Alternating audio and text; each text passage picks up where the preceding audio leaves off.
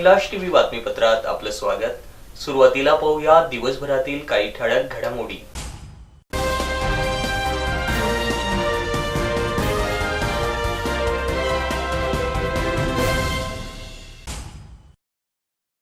धुळ्याचा धर्मवीर हरपला, दानशूर व्यक्तिमत्व गौरवभाऊ जगताप अनंतात विलीन। नरडाणा गावाजवळ लक्झरी पलटी, 20 प्रवासी जखमी। नेर येथे एकलव्य आदिवासी वस्तीमध्ये पेवर ब्लॉक कामाचा शुभारंभ।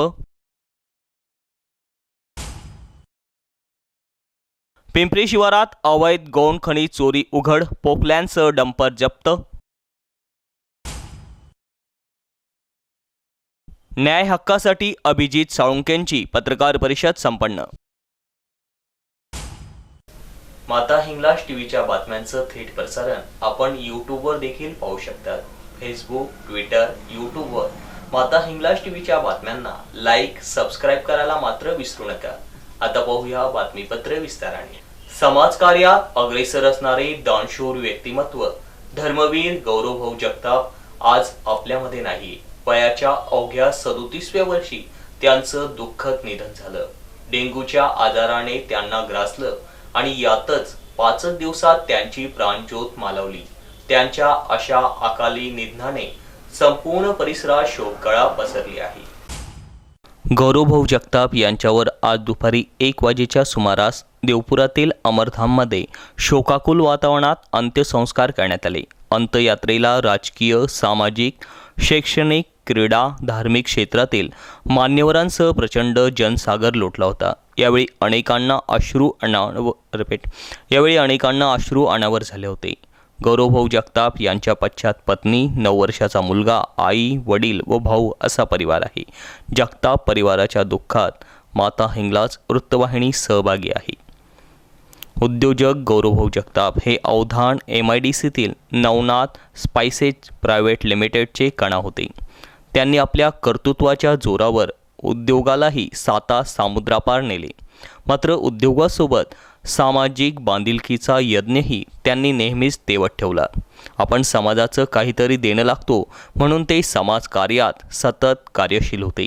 त्यांनी धुळे शहरासह खानदेशातील विविध मंदिरांसाठी 400हून अधिक देवी देवतांच्या मूर्त्या दान करत नवा रेकॉर्ड रचला होता। त्यामुळे गौरवभाऊ जगताप हे नाव अवघ्या खानदेशात ओळखीचे झाले होते। शिवाय शहरातील मूकबधीर शाळा, वृद्धाश्रम आदी ठिकाणी ते नियमित किराणा पोचवीत। मुक्या जनावरांची ताण भागवण्यासाठी त्यांनी विविध ठिकाणी शेकडोंच्या संख्येने गौहाऊस ठेवले होते। महापूर असो, कोरोना महामारी असो, अशा प्रत्येक संकटासमयी ते सढळ हाताने मदत करताना त्यांनी कधीही जात धर्म पाहिला नाही। माणुसकी हाच धर्म मानून ते आपले कर्म करत राहिले। कुस्तीची पंढरी समजल्या जाणाऱ्या धुळे शहरातील मल्लांनाही त्यांनी नेहमीच प्रोत्साहन दिले। कुस्तीपटूंना लाखोंची बक्षिसे दिली। इतकेच नव्हे तर व्यायामशाळांना व्यायामाच्या साहित्याचा पुरवठा देखील केला। कुस्ती क्षेत्राला पुन्हा चांगले दिवस आणण्यात त्यांचा सिंहाचा वाटा राहिला आहे। धार्मिक सोहळ्यांना ते आवर्जून आर्थिक मदत करत त्यांनी शेकडो तरुणांना रोजगार दिलाय। नवनाथ महाराजांचे निस्सीम भक्त म्हणून त्यांची ओळख होती। आपल्या सामाजिक कार्याच्या जोरावर त्यांनी जनतेच्या मनात आदराचे स्थान निर्माण केले। हसतमुख मन मिळावे आणि अडल्या नडलेल्यांना मदत करण्याचा त्यांचा स्वभाव होता। त्यामुळे लोकांनीच त्यांना धर्मवीर ही पदवी बहाल केली होती। त्यांच्या निधनानंतर आता असा धर्मवीर होणे नाही, अशी प्रतिक्रिया जनसामान्यांतून उमटत आहे। आज दिनांक 13 ऑक्टोबर 2023 रोजी सकाळी 8:30 वाजेच्या सुमारास शिरपूर रोडावर नरडाणा जुन्या टोल नाक्याजवळ पुणे ते गोरखपूर येणारी लक्झरी बस क्रमांक UP 55 AT 1893 उलटली। यात 20 प्रवासी जखमी झाले। याबाबत अधिक माहिती अशी की पुण्याहून उत्तर प्रदेशच्या दिशेने जाणाऱ्या UP 55 AT 1893 क्रमांकाची लक्झरी बस आज सकाळी 8:30 वाजेच्या सुमारास नरडाणा गावाजवळ रस्त्याच्या कडेला पलटी झाली। यावेळी बसमध्ये 50हून अधिक प्रवासी प्रवास करीत होते। घटनेची माहिती मिळताच परिसरातील नागरिकांसह पोलिसांनी घटनास्थळाकडे धाव घेतली। अपघातग्रस्त बसमधून सर्व प्रवाशांना बाहेर काढण्यात आले। सुदैवाने कुठलीही जीवितहानी झाली नाही, मात्र 20 ते 22 प्रवाशांना किरकोळ दुखापत झाल्या आहेत। सर्व जखमींना जवळच्या सरकारी रुग्णालयात उपचारार्थ हलवण्यात आलं। लक्झरी बसच्या टपावर मोठ्या प्रमाणावर प्रवाशांच्या बॅगा व इतर साहित्य ठेवल्याने बसचा तोल जाऊन अपघात घडला असावा असा प्राथमिक अंदाज आहे। नरडाणा पोलीस ठाण्यात याबाबत दुपारी उशिरापर्यंत अपघाताची नोंद घेण्याचे काम सुरू होते। नेर येथे 15व्या वित्त आयोगातून ग्रामपंचायती अंतर्गत एकलव्य आदिवासी वस्तीत पेवर ब्लॉक बसवण्याच्या कामाचा शुभारंभ करण्यात आला। यावेळी सरपंच गायत्री जयस्वाल, उपसरपंच जीवन मोरे, ग्रामपंचायत सदस्य दीपक मोरे, ग्रामपंचायत सदस्य राजधर अमृतसागर, ग्रामपंचायत सदस्य जाकीर दादा, सामाजिक कार्यकर्ते दावल ठाकरे, अजय सोनवणे व ग्रामस्थ उपस्थित होते। आज नेर ग्रामपंचायतकडून 15 वित्त आयोग निधीमधून एकलव्य आदिवासी वस्ती कानडामाना येथे पेवर ब्लॉकाचं कामाचं शुभारंभ झालेला आहे आणि हे काम या ठिकाणी हा दुर्गा माता चौक आहे, हा संपूर्ण मागासलेला परिसर आहे आणि या परिसरामध्ये हे ग्रामपंचायत निधीतून काम करण्यात येत आहे। तरी या कामासाठी सर्व आमचे विद्यमान सदस्य यांनी आग्रह धरलेला होता सरपंचांकडं आणि सरपंचांनी तात्काळ मंजुरी देऊन हे काम मंजूर करून दिलं 15 वित्त आयोगमध्ये आणि आज हे कामाचा शुभारंभ झालेला आहे। तरी मी सर्व सदस्यांच्या वतीने सरपंचाचा आभार व्यक्त करतो आणि पुढील देखील अशीच आम्हाला आपल्या माध्यमातून प्रेरणा मिळो कामासाठी आणि आमच्या हातून कामं चांगली हो अशी मी नवरात्राच्या येणाऱ्या घटस्थापनेच्या उत्सवाच्या तुम्हाला सर्वांना शुभेच्छा देतो आणि आई जगदंबा आणि दुर्गा माता आम्हाला असाच आशीर्वाद आमच्या पाठीशी राहू द्या, असेच आमच्या हाताने चांगले काम घडो अशीच आम्ही प्रार्थना करतो। जिल्हाधिकारी अभिनव गोयल यांच्या आदेशान्वये सध्या गौण खनिज चोरी करणाऱ्यांवर कारवाईचा धडाका सुरू असून त्या अनुषंगाने आज दिनांक 13 ऑक्टोबर 2023 रोजी दुपारी 12 वाजेच्या सुमारास धुळे शहरालगत असलेल्या पिंपरी शिवारात गौण खनिज चोरीच्या ठिकाणी धाड टाकण्यात आली। पिंपरी शिवारात गौण खनिजाची चोरी होत असल्याची माहिती मिळताच जिल्हाधिकारी अभिनव गोयल यांच्या आदेशाने अप्पर तहसीलदार विनोद पाटील, प्रांत अधिकारी राहुल जाधव यांच्या पथकाने लागलीच गौण खनिज चोरी करणाऱ्या महालक्ष्मी प्रोजेक्ट MRP असोसिएट कंपनीच्या पॉकलँड व डंपर जप्त करण्यात आले। यात MS09 EM 2210 क्रमांकाचे 10 टायर डंपर तसेच पॉकलँड 210 IC पॉकलँड नंबर 2085 कामातसू कंपनीचे पॉकलँड व डंपर जप्त करण्यात आले असून सदरच्या कारवाई दरम्यान यावेळी मोहाडी मंडळ अधिकारी KH बाविस्कर, गाळ उतार मंडळ अधिकारी SB सामुद्रे, वलवाडी मंडळ अधिकारी मनोहर पाटील, तलाठी शांतीलाल सिरसाट, महिंदळे शिवार, रितेश रणधीर, सीमा नवगिरे, तलाठी पिंपरी, प्रांत ऑफिसचे अविनाश मोरे, कोतवाल मनोज पाटील, ठकाजी गवळी, दिलीप चव्हाण आदी सर्व अधिकारी कर्मचारी या ठिकाणी उपस्थित होते। धुळे शहरातील देवपूर येथे राहणारे अभिजित साळुंके यांनी न्याय हक्कासाठी पत्रकार परिषद घेतली। प्लॉट संदर्भात हिस्सा वाटणी शासन नियमानुसार समप्रमाणात करण्यात यावी अशी मागणी त्यांनी पत्रकार परिषदेत केली।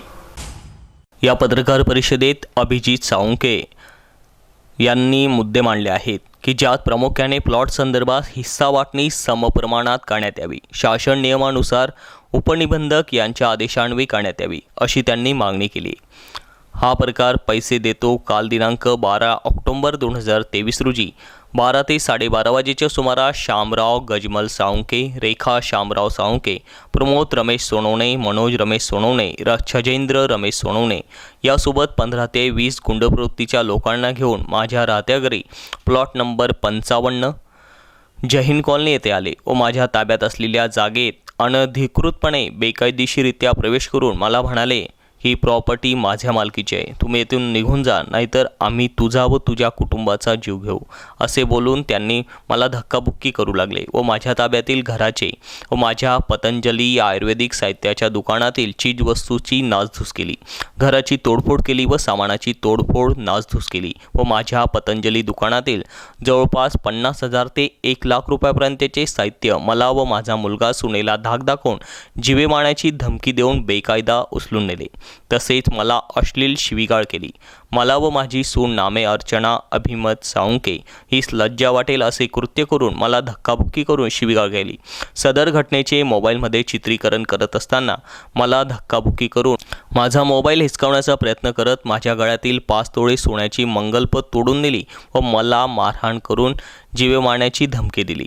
म्हणून माझी शामराव गजमल साळुंके, रेखा शामराव साळुंके, प्रमोद रमेश सोनवणे, मनोज रमेश सोनवणे व छजेंद्र रमेश सोनवणे इतर 15 ते 20 अनोळखी लोक यांच्या विरोधात घरात अनधिकृतपणे प्रवेश करून बेकायदा गुन्हा करण्याच्या उद्देशाने लज्जा वाटेल असे कृत्य करून अश्लील भाषेत शिवीगाळ करून 5 तोळे सोन्याची मंगलपत तोडून दिली व माझ्या घरातील सामानाची तोडफोड करून माझ्या दुकानातील 50,000 ते 1 लाख रुपयांचे साहित्य बळजबरीने घेऊन गेले, अशी मी पत्रकार परिषदेत फिर्याद देते, असे उषाबाई साळुंके, अर्चना साळुंके यांनी पत्रकार परिषदेत म्हटले। यावेळी अभिजित साळुंके, उषाबाई साळुंके, अर्चना साळुंके उपस्थित होते। शामराव गजमल साळुंके यांनी नगर भूमापन धुळे दिनांक 9/7/2022 रोजी मिळकत पत्रावर फेरफार नोंद करण्याबाबत वारस नोंद म्हणून अर्ज केला। 9/7/2022 ला अर्ज केला। लगेच 10 तारखेला म्हणजे 10/7/2022 ला त्यांची नोंद घेण्यात आली। त्या नोंद क्रमांक 15/846 फेरफार क्रमांक 9 तारखेला अर्ज केला, 10 तारखेला लगेच त्यांची वारस नोंद त्या ठिकाणी फेरफार नोंद करण्यात आली। जबाब नोंदून घेण्यात आला। पर्यवेक्षण भूमापक यांच्या समक्ष सही करण्यात साहेबांनी समक्ष म्हणून सही केलेली। कधी त्या फॉर्मवरती तारीख आहे 12/4/2022। वारसांबाबत पंचनामाही देखील करण्यात आला। तो पंचनामा 18/4/2022 त्याच्यावरती तारीख आहे।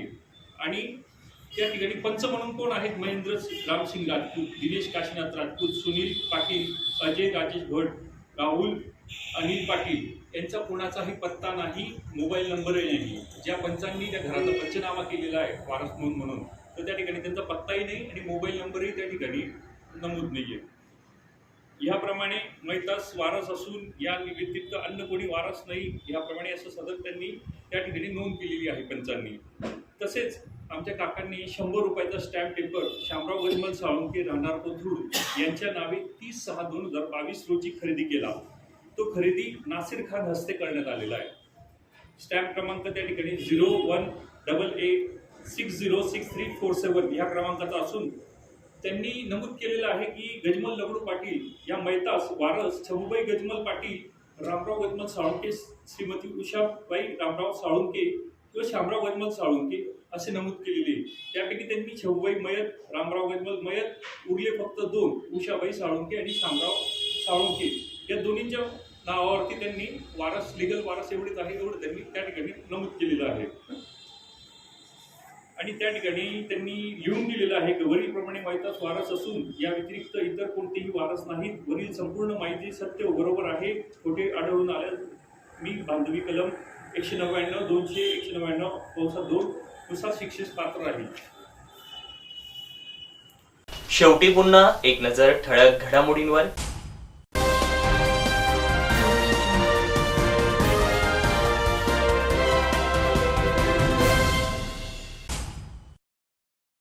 धुळ्याचा धर्मवीर हरपला, दानशूर व्यक्तिमत्व गौरवभाऊ जगताप अनंतात विलीन। नरडाणा गावाजवळ लक्झरी पलटी, 20 प्रवासी जखमी। नेर येथे एकलव्य आदिवासी वस्तीमध्ये पेवर ब्लॉक कामाचा शुभारंभ। पिंपरी शिवारात अवैध गौण खनिज चोरी उघड, पोकलॅनसह डंपर जप्त। न्याय हक्कासाठी अभिजित साळुंकेंची पत्रकार परिषद संपन्न। आणि याचबरोबर आता हिंगलाज टीव्हीचं बातमीपत्र संपलं। पुन्हा भेटूया पुढील बातमीपत्रात. तोपर्यंत पाहत राहा फक्त माता हिंगलाज टीव्ही. जय हिंगलाज.